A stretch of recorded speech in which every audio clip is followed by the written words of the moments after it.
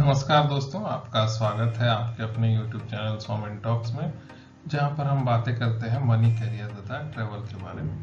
तो आज की जो वीडियो है वो रेलवे रिक्रूटमेंट बोर्ड, जो इंडियन रेलवे का रिक्रूटमेंट करती है, उसके मेडिकल प्रोसेस के बारे में बनाई गई है।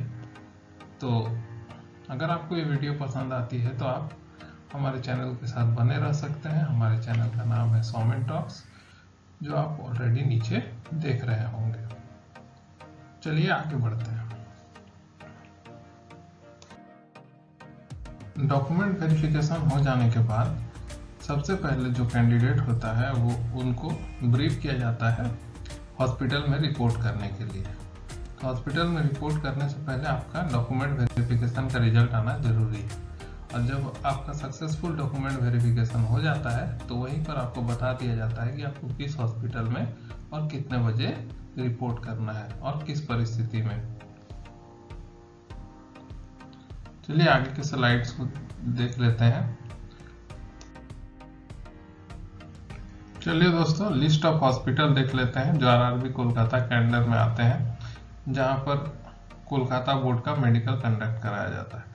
मैंने आरआरबी कोलकाता का ही एग्जाम्पल इसलिए लिया हुआ है क्योंकि इसका जानकारी मेरे पास सबसे ज़्यादा है और इस एग्जाम्पल से आप समझ सकते हैं कि कैसे कैसे लिस्ट ऑफ हॉस्पिटल सेलेक्ट किए जाते हैं। सारे हॉस्पिटल जो है वो रेलवे हॉस्पिटल ही होते हैं। अलग अलग बोर्ड के लिए जो भी मेडिकल कंडक्ट होता है वो सब सरकारी अस्पताल, सरकारी रेलवे अस्पतालों में ही कंडक्ट होता है। तो आरआरबी कोलकाता के अंदर कुल 6 हॉस्पिटल आते हैं, जिसमें से पहला हॉस्पिटल है BR Singh zonal railway hospital, दूसरा हॉस्पिटल है हावड़ा ऑर्थोपेडिक हॉस्पिटल, तीसरा जो हॉस्पिटल है वो है लीलवा वर्कशॉप रेलवे हॉस्पिटल, चौथा हॉस्पिटल का नाम है काचरापाड़ा वर्कशॉप रेलवे हॉस्पिटल, पांचवा हॉस्पिटल का नाम मेट्रो जोनल रेलवे हॉस्पिटल, जिसको तपक सिन्हा मेमोरियल हॉस्पिटल के नाम से भी जाना जाता है, छठा और अंतिम जो हॉस्पिटल है वो है Central Hospital Garden Reach South Eastern railway.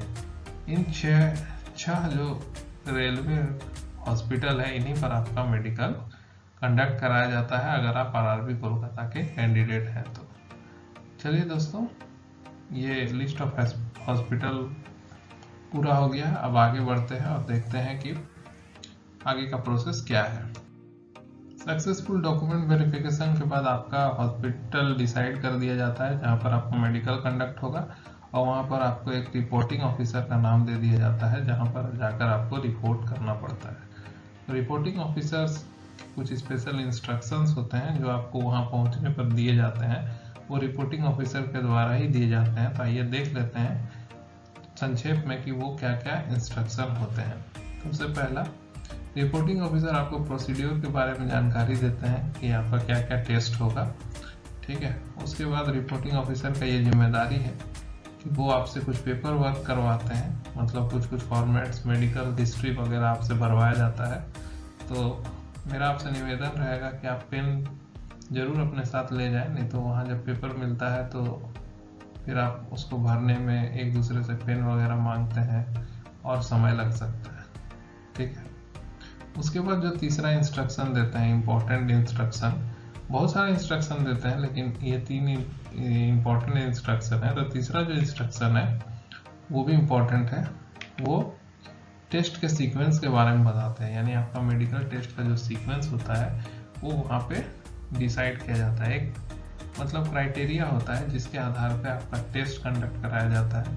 तो रिपोर्टिंग ऑफिसर ही आपको टेस्ट सीक्वेंस के बारे में क्लियरली बता देते हैं। अगर रिपोर्टिंग ऑफिसर टेस्ट सीक्वेंस के बारे में नहीं बताते हैं तो उनसे जूनियर जो होता है वो टेस्ट कंडक्ट कराने से पहले टेस्ट के सीक्वेंस के बारे में आपको बता देता है। तो उम्मीद करता हूँ दोस्तों कि आपको ये जानकारी पसंद आई होगी। वीडियो में आगे और भी बहुत अच्छी जानकारियाँ हैं। अगर आपको ये चैनल पसंद आ रहा है तो कृपया इस चैनल को सब्सक्राइब करिए। वीडियो अगर इन्फॉर्मेटिव लग रहा है तो कृपया इस वीडियो को अपने दोस्तों के साथ शेयर कीजिए।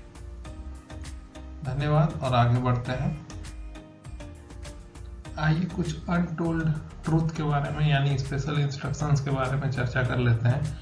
ये इंस्ट्रक्शन आपको बताया नहीं जाता है, ये आपको खुद से करना पड़ता है। या फिर आप ये समझ लीजिए कि एज ए कैंडिडेट जब मैंने मेडिकल अटेंड किया था तो मैंने इन सब बातों का ध्यान रखा था। तो बेसिकली मैं अपने एक्सपीरियंस से कुछ चीज़ें आपको बताना चाहता हूँ।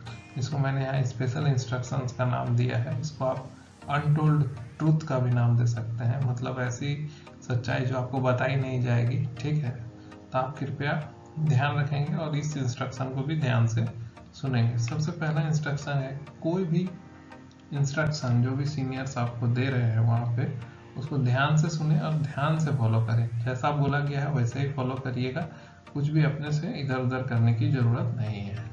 दूसरा इंस्ट्रक्शन है कि आप किसी भी तरीके से अपने आप को कोई भी आर्गूमेंट में नहीं डालेंगे, ठीक है, जब तक कि फाइनल रिजल्ट नहीं आ जाता है। और फाइनल रिजल्ट के बाद भी आपको आर्गूमेंट में नहीं जाना है, ठीक है। आपके पास ऑप्शंस होगा अगर आप फेल हो जाते हैं तो। इसीलिए दूसरा मेरा जो इंस्ट्रक्शन रहेगा, किसी के साथ कोई भी आर्गूमेंट मत करिए, चाहे वो 4th ग्रेड का कर्मचारी हो, चाहे वो ऑफिसर हो, चाहे वो मेडिकल ऑफिसर हो, ठीक है। इसीलिए किसी के साथ भी आप कोई आर्गूमेंट नहीं करेंगे, चाहे आपका गलती हो चाहे आपका गलती ना हो। तीसरा जो इम्पोर्टेंट इंस्ट्रक्शन है, किसी भी कार्य को करने के लिए, मतलब कोई भी टेस्ट के लिए दौड़ा दौड़ी नहीं करेंगे। मान लीजिए 20-25 आदमी है तो सबका टेस्ट होगा, एक दिन ज़्यादा लगेगा, ठीक है, लेकिन दौड़ धूप नहीं करेंगे। अगर इस क्रम में अगर मान लीजिए आपको गलती से चोट लग जाता है या फिर आपका बीपी बढ़ जाता है और आपका उसके बाद बीपी का ही टेस्ट, पता चला आप टेस्ट कराने गए, आपका बीपी बढ़ा हुआ निकल गया, बस उसका दोबारा से बीपी चेक और टेंशन। इसीलिए आराम से और शांति से काम करेंगे। अगर आप प्रोसीड्योर शांति से, मतलब प्रोसीड्योर बढ़िया से सुन लिए हैं, तो आपको इधर उधर भागने की ज़रूरत नहीं पड़ेगी। और एक चीज़, जब भी मेडिकल सेंटर पे जाएं तो रिपोर्टिंग ऑफिसर को तो रिपोर्ट करें ही, बाकी जो भी जगह है ऐसे जनरली कोशिश करिए घूम के देख लेने का। उससे आपको कोई फर्क नहीं पड़ेगा कि आप इधर उधर घूमिएगा तो आपका कैंडिडेचर रद्द हो जाएगा, ऐसा कुछ नहीं है। पता रहने से क्या होगा कि जब ज़रूरत पड़ेगा तो आप उस डिपार्टमेंट में तुरंत से जा सकते हैं, तो दौड़ने का ज़रूरत नहीं पड़ेगा। तो आँख कान खुले रखिएगा, कौन क्या बोल रहा है, आप क्या देख रहे हैं, वो सब पे ध्यान रखिएगा। अच्छा, सबसे इम्पोर्टेंट, वहाँ डॉक्टर खुद से बनने का ज़रूरत नहीं है, ठीक है। अगर आप बाहर आँख दिखाए हैं 6x6 है, वहाँ कुछ और आ रहा है, ठीक है, तो चुपचाप रहिए और प्रोसेस को फॉलो करिए जब तक कि अंतिम मेडिकल रिजल्ट नहीं आ जाता है। हम आगे वीडियो में बताएंगे कि मेडिकल प्रोसेस किस तरह से होता है। अगर पहले ही आप झगड़ा, मतलब आर्गुमेंट करेंगे, झगड़ा झंझट कर लेंगे, तो आपको प्रोसेस में दिक्कत आ सकती है। देखिए, ये सब मैं आपको डराने के लिए नहीं बता रहा, मैं आपको बस सचेत कर दे रहा हूँ। और उन लोगों से तो मेरा खास निवेदन रहेगा जो ऑलरेडी जॉब में है, तो वो जो नए भाई हैं जो पहली बार नौकरी वगैरह लेने जा रहे हैं, उनका मदद करिए, ठीक है, और उनको मतलब सही तरीके से गाइड करिए। बहुत ज़्यादा भी गाइड करने की ज़रूरत नहीं है, लेकिन इतना ज़रूर गाइड करिए ताकि वो अच्छे से मेडिकल दे सके और अपने साथियों का हौसला ज़रूर बढ़ाए। नहीं तो अगर आप कोई साथी प्रेशर में आ गया, फिर आप उसको टेंशन दे रहे हैं कि अरे तुम्हारा नहीं होगा ये वो, तो आप डॉक्टर नहीं हैं, आप डिसाइड नहीं करेंगे कि आपका होगा कि नहीं होगा। पता चला अगले और टेस्ट में वो गलत करता चला जा रहा है, ECG बढ़ गया, BP बढ़ गया, ये सब कॉमन चीज़ है, ठीक है। ये सब का भी ध्यान रखना है। साथ मिलके ही मेडिकल पास किया जा सकता है, इसमें अब कोई कंपटीशन नहीं रह गया, ठीक है, कि मेडिकल में कोई छंट जाएगा, ऐसा कुछ नहीं है। मेडिकल में जो छंटेगा एकदम रेयर केस में छंटता है। चलिए आगे बढ़ते हैं, इसी में ज़्यादा बात कर देंगे तो पूरा वीडियो में क्या देखेंगे। अगला है कि fill up all the formats carefully, मतलब जो भी कागज आपको दिया जाता है उसको केयरफुली भरना है। सबसे पहले ध्यान रखना है कि रनिंग हैंडराइटिंग में भरना है कि ब्लॉक लेटर में भरना है। अगर कुछ नहीं बोला गया है तो ब्लॉक लेटर में भरिए, अगर रनिंग हैंडराइटिंग ब्लॉक लेटर में भरिएगा तो नाम, घर, पता सब सही दिखता है। रनिंग हैंडराइटिंग में भरिएगा तो पता चला आपका लिखा हुआ कोई पढ़ नहीं पाया, मेडिकल आपका हुआ, नाम किसी और का छप गया, या आपका नाम रहा, एड्रेस किसी और का छप गया। अच्छा, इस कंडीशन में और एक चीज़ है, अगर आपको कोई डाउट होता है तो उस पेपर को भरना रोक के कंसर्न ऑफिशियल से ही पूछिए। किसी भी इधर उधर से, दोस्त से तो मदद ले सकते हैं जिस पे आप बहुत ज़्यादा भरोसा करते हैं, लेकिन कंसर्न ऑफिशियल से पूछिएगा तो क्लियर रहेगा। क्योंकि क्या होता है, कभी कभी एक ही पेपर मिलता है, वो गलत हो जाता है, फिर आप मांगे जाते हैं वो देगा, उसको पेपर देना तो है ही, वैसा कुछ नहीं है, आप मांग सकते हैं, लेकिन वो चिड़चिड़ा के आपको टेंशन दे देगा स्टार्टिंग में।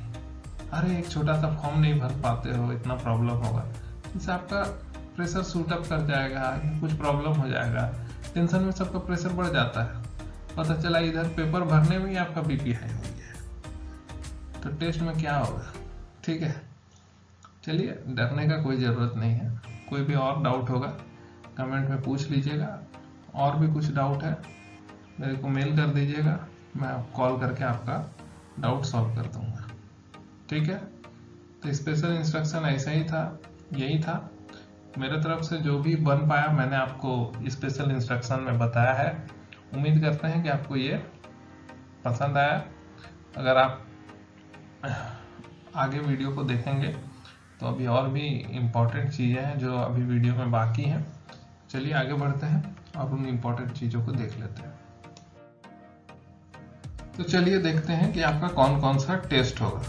तो सबसे पहले आपका जो टेस्ट होगा वो होगा एम्प्टी स्टमक टेस्ट, मतलब खाली पेट में जो टेस्ट होगा उसको मैंने एम्प्टी स्टमक के अंदर रखा है। वो पहला टेस्ट जो होगा वो होगा ब्लड टेस्ट। आपका खून का जांच होगा। खून का जांच में वो लोग ब्लड शुगर जनरली देखते हैं, ठीक है, कि मतलब खाली पेट आपका ब्लड शुगर कितना है, फिर खाना खाने के बाद आपका ब्लड शुगर कितना होगा। ठीक है, उसके बाद एम्प्टी स्टमक में ही वो यूरिन टेस्ट भी कर लेते हैं, जहाँ वो यूरिन कल्चर टेस्ट, यूरिया वगैरह टेस्ट करते हैं। देखिए मैं कोई डॉक्टर नहीं हूँ, मैं बस मेरा जो टेस्ट हुआ था उसका रिपोर्ट वगैरह जो जितना मेरा नज़र में आया था उसी को देखकर बता रहा हूँ।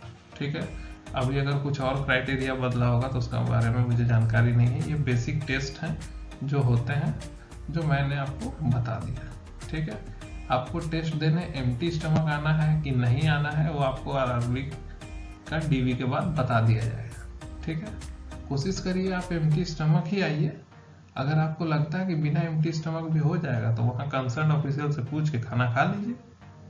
ठीक है, आगे बढ़ते हैं, उन टेस्ट की बात कर लेते हैं जिसके लिए खाली पेट रहने की जरूरत नहीं है। सबसे पहला टेस्ट है, देखिए टेस्ट का ऑर्डर अलग अलग हो सकता है, लेकिन मैंने जो सजाया है वो जो मुझे याद आया, जिस तरह से मेरा जैसे हुआ था मैंने वो उस हिसाब से सजा दिया। सबसे पहला टेस्ट है एक्सरे, फिर दूसरा टेस्ट है ईसीजी, इलेक्ट्रोकार्डियोग्राफ। आपको पता है इधर उधर हाथ में पैर में वो स्टिक करके आपका धड़कन को वो नापते हैं, देखते हैं कि आपका हार्ट में कोई प्रॉब्लम वगैरह तो नहीं है। तीसरा जो टेस्ट है वो है ब्लड प्रेशर टेस्ट, मतलब आपका ब्लड प्रेशर नापा जाता है। एक चीज ध्यान रखना है, ब्लड प्रेशर नापने जब भी जाइए शांत मन से पहले कहीं बैठ जाइए, पूरा शांत हो जाइए, पानी वानी पी लीजिए, फिर ब्लड प्रेशर नपवाने जाइए। एकदम दौड़ धूप करके जाके ब्लड प्रेशर नपाइएगा, ऊपर नीचे हो जाएगा, फिर दोबारा से नापने जाइएगा, टेंशन आ जाएगा। टेंशन में कोई भी काम नहीं करना है, चुपचाप मेडिकल देना है बस। आगे बढ़ते हैं, ब्लड प्रेशर के बाद होता है बीएमआई, मतलब हाइट वेट। आपका हाइट वेट मापा जाएगा बस। जनरली इसमें कोई रिजेक्ट नहीं होता है, ब्लड प्रेशर बीएमआई ये सब में कोई रिजेक्ट नहीं होता है। ठीक है, आपको बहुत बार बार मौका दिया जाएगा। ठीक है, बीएमआई के बाद आता है आई टेस्ट। ये है इम्पोर्टेंट टेस्ट, इसी कहा जाता है रेलवे का मेडिकल पास करने के लिए आंख सही होना जरूरी है। तो अगर आपका आंख सही है आपका रेलवे का मेडिकल पास है। सब जगह प्रॉब्लम आ सकता है, लेकिन अगर आंख में प्रॉब्लम आ गया तो आपको रिजेक्ट करने में जरा सा भी नहीं सोचेंगे। लेकिन इसमें भी एक मतलब इसके बैकग्राउंड में भी एक प्रोसेस चलता है जिसके बारे में आगे वीडियो में बताएंगे। आई टेस्ट में आपको तुरंत से फेल नहीं किया जाता है, इसके लिए भी आपको मौका दिया जाएगा। देखते हैं, आगे बढ़ते हैं। पहले इस टेस्ट नंबर ऑफ टेस्ट को कंप्लीट कर लेते हैं। तो नंबर ऑफ टेस्ट को कंप्लीट करने के लिए उसके बाद लास्ट में होता है आपका बॉडी चेकअप। बॉडी चेकअप में जो भी बॉडी चेकअप वो करना चाहेंगे वो कर सकते हैं, वो सीनियर डॉक्टर जैसा बोलेंगे आप करिए, अपना बॉडी चेकअप कराइए। ठीक है, इसमें कोई शर्म की बात नहीं है, जो डॉक्टर बोलेगा वो चेक करवा लीजिए। एक ही बार चेक करने के बाद वो आपका चेहरा थोड़ी याद रखेगा, और कोई भी लज्जा शर्म का बात इसमें नहीं है। चलिए आगे बढ़ते हैं और प्रोसेस को और थोड़ा डीपली जानने की कोशिश करते हैं। तो चलिए मेडिकल टेस्ट प्रोसेस को थोड़ा संक्षेप में जानने की कोशिश करते हैं। तो जो टेस्ट प्रोसेस है, इनिशियल टेस्ट जो होता है वो जूनियर डॉक्टर या डॉक्टर के असिस्टेंट के द्वारा लिया जाता है।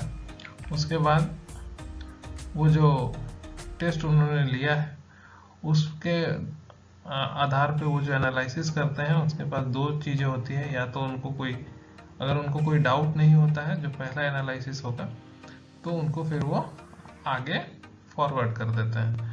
अगर उनको कोई डाउट लगता है, जो यहाँ पे मैंने रेड मार्क करके वीडियो में दिखाया है, तो उसको इन डाउट में रखते हैं। इन डाउट में रखने के बाद वो उनको रीटेस्ट करते हैं। रीटेस्ट जो होता है वो साथ साथ ही हो जाता है, या फिर कभी कभी अलग से भी लिया जा सकता है। लेकिन अगर कोई भी काम आपको दोबारा करने के लिए बोला जाए या दोबारा आपको टेस्ट देने के लिए बोला जाए, तो आप समझिए कि आपका रीटेस्ट ही हो रहा है।